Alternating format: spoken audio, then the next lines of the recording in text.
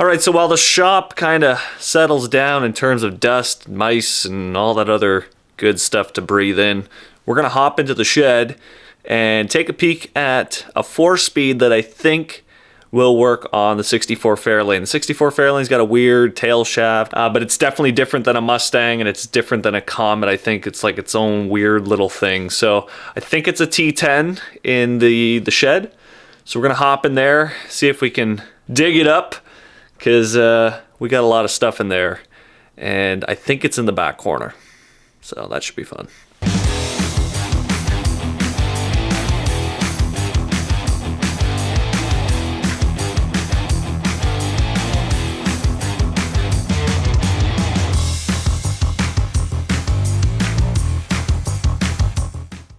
All right, got my tools, got my light. You know what, we'll double down, get 2 lights, because one will probably die on me while I'm in there. Yeah, I wasn't kidding when I said it's buried. I think it's in literally the back corner, like under the shelf, tucked in that corner right there behind the Cleveland over there. So let's see if we can make our way over there, not die.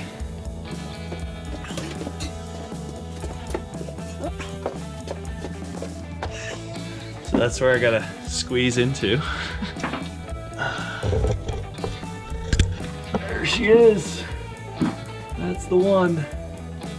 Now, I gotta get in there somehow. Probably move the Cleveland.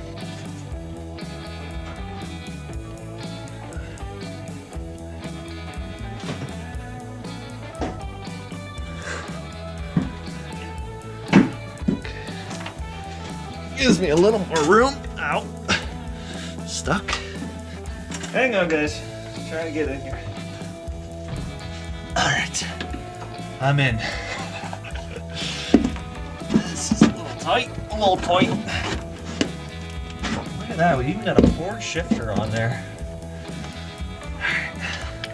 Now let's hopefully I brought the right sockets, because that would suck.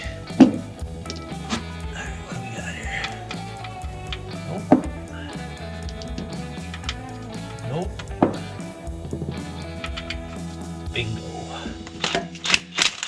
Oh, that was easier than I expected. All the same.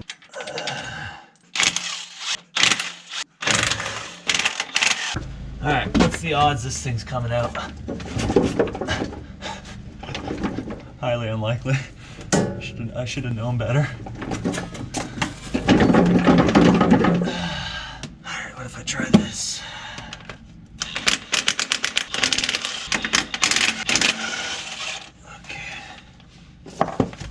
Yeah? Good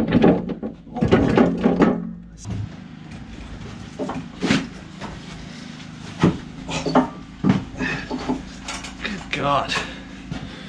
I'm too big for this. So I went to go get some Big Shot PB Blaster, because apparently this stuff is the best, but I come back, forgot to prop the engine and transmission back up because it's slightly leaning down, and where I normally sit, we got a nice little puddle of transmission oil, which looks disgusting.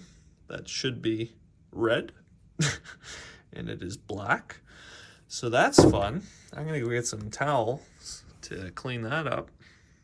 All right, so just got the starter off, which was actually a real pain in the butt. Had to put a 12mm socket on that bolt because the head was all screwed up from previous owner, but that's not what you want to see when taking a starter out.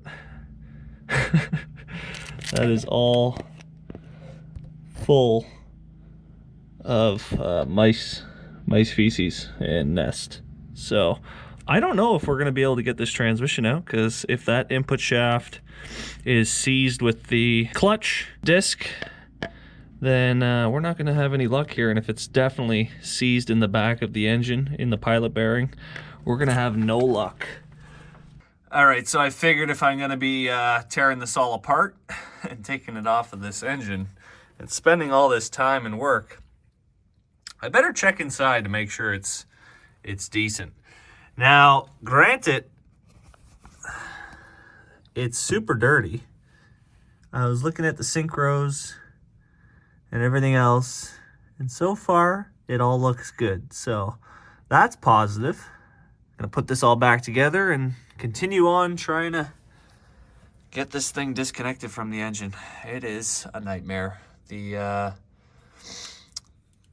clutch disc is definitely seized to the input shaft, so that's fun.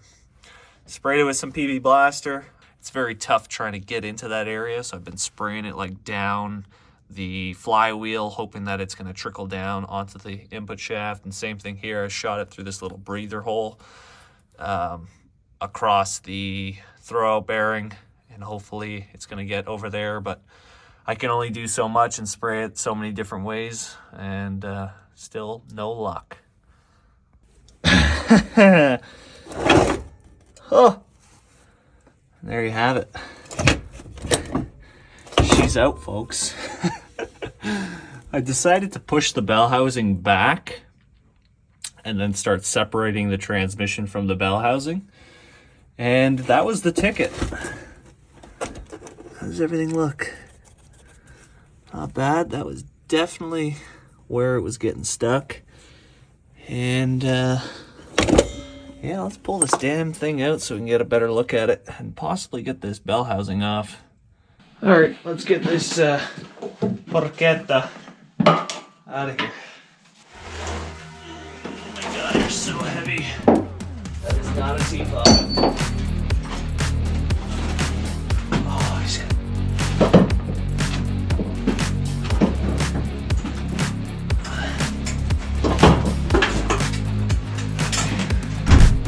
All right, Mazzelli, what's going on in here? You having a party without me? I am. Look at that.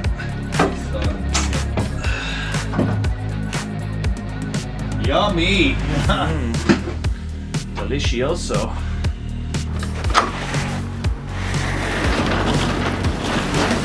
Somebody order a 4-speed? Right here. Come right up.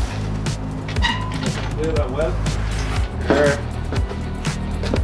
Load her up, sir. Yep. Still got a little bit of fluid in it. Okay, we'll recycle that for you, sir.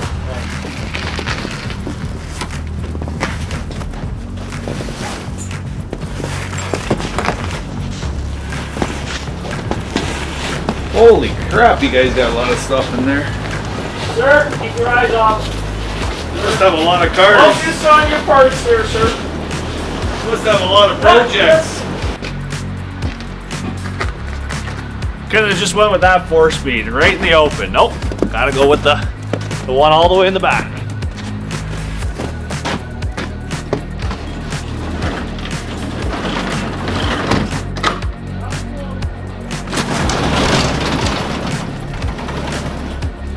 Is that you getting stronger? Howdy, Hollywood. Straight to the sandblaster. Yep, with everything.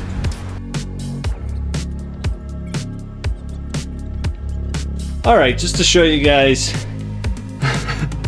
how bad that was. Oh my. That's the bottom of the transmission. So all that white stuff is all eaten away from the aluminum. Look how bad that is. Oh no, I'm probably not even gonna be able to use this bell housing. Once I clean it up, we'll see better, but the clutch, 3-prong, typical. One of the springs is stuck. This is what I wanted to show you guys. This is the flywheel. And that was the part that was sitting at the bottom, all caked in the aluminum dust. We'll see how that cleans up after I sandblast it. But it's not looking good. Not looking good. Transmission's okay, thank God. But that's not too great. That's not too great. I don't know, I'll probably end up buying a new flywheel and a new clutch. But nonetheless, 4-speed is out of the shed and ready to tear apart for the Fairlane. You know, I just thought about it. I'm probably going to regret this decision come Power Tour, having a clutch in, clutch out, clutch in, clutch out, clutch in, clutch out, clutch in, clutch out, and so on when we're in traffic, typical Power Tour traffic in 100-degree temperature. Probably going to regret that, but whatever. I like shifting gears. Just drained the transmission fluid on the T10. As you can see, it's pretty black. Oh boy. Internally, it looked all right though. Hopefully, it was just bad, like old fluid from just sitting over the years, and hopefully, it's not like bearings and other issues. So, keep our fingers crossed. I mean, it looks like it's well used. It's definitely seen its fair share of years. So, we'll see. We will see very shortly. Houston, we have a problem. One thing after another, right, Bazzelli? You running into more problems? Yeah. What I tell you?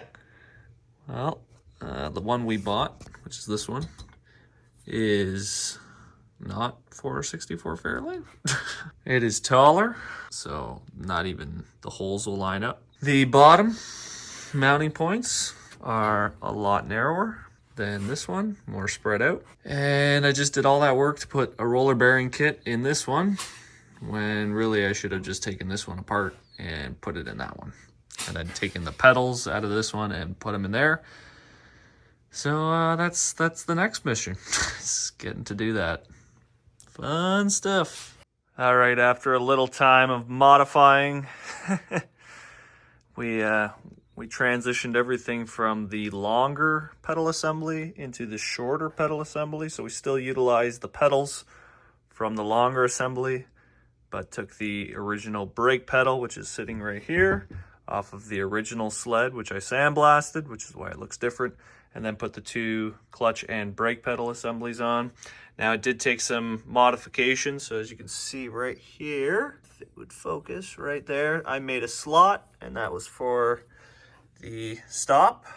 I also had to drill out this hole 1 step larger and then elongate this hole in order to create what you see here. And then I also had to shorten this threaded rod because that rod was touching these inserts here. So now it's all tight, tensioned, clutch pedal, brake pedal.